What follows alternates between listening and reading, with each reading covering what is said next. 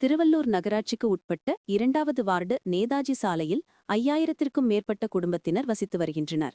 இந்த சாலையானது வீரராகவர் கோயில் முதல் நகராட்சி பூங்கா வரை உள்ள இந்த சாலை திருவள்ளூர் பஜாருக்கு செல்லும் முக்கிய சாலையாக இருந்து வருகிறது.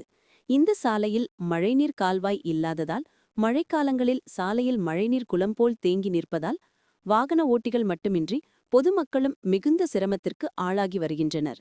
இதனால் மழைநீர் வடிகால்வாய் அமைக்க சட்டமன்ற உறுப்பினர் வி.ஜி. ராஜேந்திரனிடம் அப்பகுதி மக்கள் கோரிக்கை விடுத்தனர்.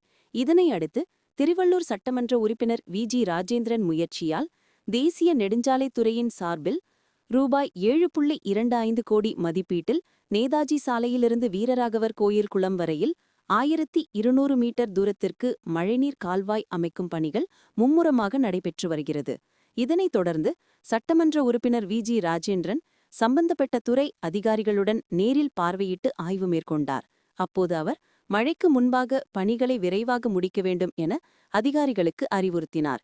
இந்த ஆய்வின் போது திருவள்ளூர் நகரமன்ற தலைவர் உதயமலர் பாண்டியன், நகர செயலாளர் சு. ரவி, முன்னாள் சேர்மன் பொன் பாண்டியன் உள்ளிட்ட நகராட்சி ஆணையாளர் உள்ளிட்டோர் பலர் கலந்து கொண்டனர்.